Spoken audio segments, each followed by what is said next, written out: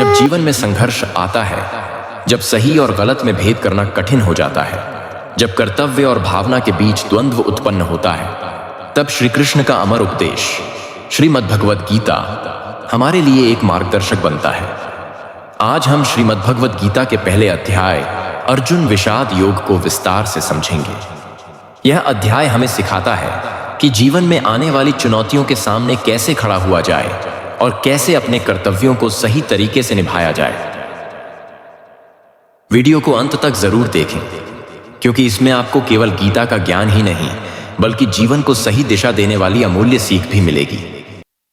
अध्याय 1 अर्जुन विषाद योग। भगवद गीता का पहला अध्याय अर्जुन विषाद योग कहलाता है।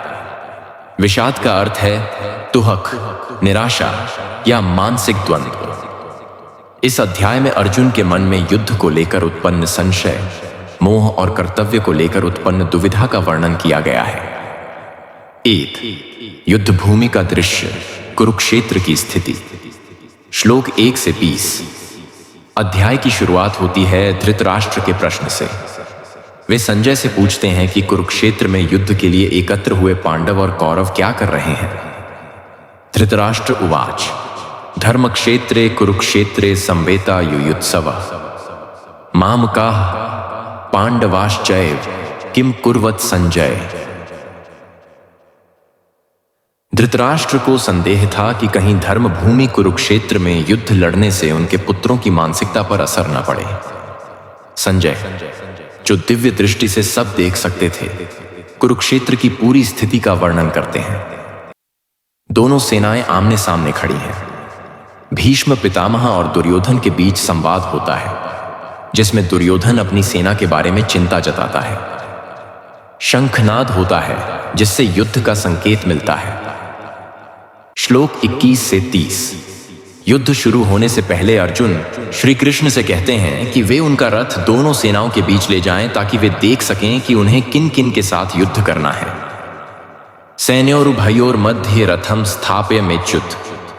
श्लोक 21। लेकिन जब अर्जुन देखते हैं कि उनके सामने उनके ही गुरु द्रोणाचार्य, पितामह, भीष्म, भाई, मामा और अन्य परिजन खड़े हैं, तो उनके मन में गहरा विषाद उत्पन्न हो जाता है। वे युद्ध करने से हिचकिचाने लगते हैं। अर्जुन को अपने प्रियजनों के प्रति मोह उत्पन्न होता है। उनका शरीर कांपने लगता है। गांडीव धनुष उनके हाथ से छूटने लगता है।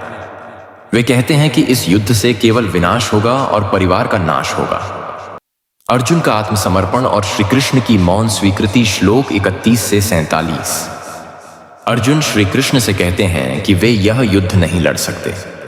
उन्हें अधर्म का भय सताने लगता है और वे कर्तव्य के मार्ग से पीछे हटने लगते हैं। न कांक्षे विजयम कृष्ण न च राज्यम सुखानि च। श्लोक 22। वे सोचते हैं कि यदि उनके अपने ही स्वजन मारे जाएंगे तो वे इस राज्य का क्या करेंगे। वे श्री कृष्ण के समक्ष अपने हथियार डाल देते हैं और युद्ध करने से इनकार कर देते हैं। अर्जुन कहते हैं कि कुलनाश से अधर्म बढ़ेगा, स्त्रियों का पतन होगा और समाज में अराजकता फैल जाएगी। अर्जुन मोह और करुणा में फंस जाते हैं। वे युद्ध से हटने का निर्णय लेते हैं। अंत में वे श्री कृष्ण के शरण में जाते हैं। अध्याय का निष्कर्ष। यह अध्याय हमें दिखाता है कि जब हम जीवन के कठिन मोड़ों पर खड़े होते हैं तो कई बार हम सही और गलत का निर्णय नहीं कर पाते। अर्जुन की तरह हम भी कई बार अपने कर्तव्य से भागना चाहते हैं, लेकिन इस अध्याय में श्री कृष्ण मौन रहते हैं, क्योंकि अर्जुन को अभी अपने संशय दूर करने होंगे। निष्कर्ष और अगला अध्याय। अर्जुन विषाद योग हमें सिखाता है कि जीवन में कई बार हम मोह और दुविधा के कारण अपने कर्तव्य से विमुख हो जाते हैं, लेकिन यही वह मोड़ होता है जब हमें एक सच्चे मार्गदर्शक की आवश्यकता होती है। अर्जुन ने अपने शस्त्र डाल दिए, युद्ध करने से इनकार कर दिया। अब क्या होगा? क्या श्री कृष्ण अर्जुन को युद्ध के लिए मना पाएंगे? क्या अर्जुन अपने कर्तव्य को समझ पाएंगे? क्या जीवन में हर परिस्थिति से भागना ही सही समाधान है? इन सभी सवालों का जवाब मिलेगा अगले अध्याय में, जहां श्री कृष्ण देंगे अर्जुन को वो ज्ञान जो पूरी दुनिया के लिए अमर सत्य बन जाएगा। तो जुड़े रहें हमारे अगले वीडियो के साथ, जहां हम जानेंगे भगवद गीता का दूसरा अध्याय, सांख्य योग, जिसमें जीवन और मृत्यु, आत्मा और शरीर और कर्तव्य का सबसे गहरा रहस्य छुपा है।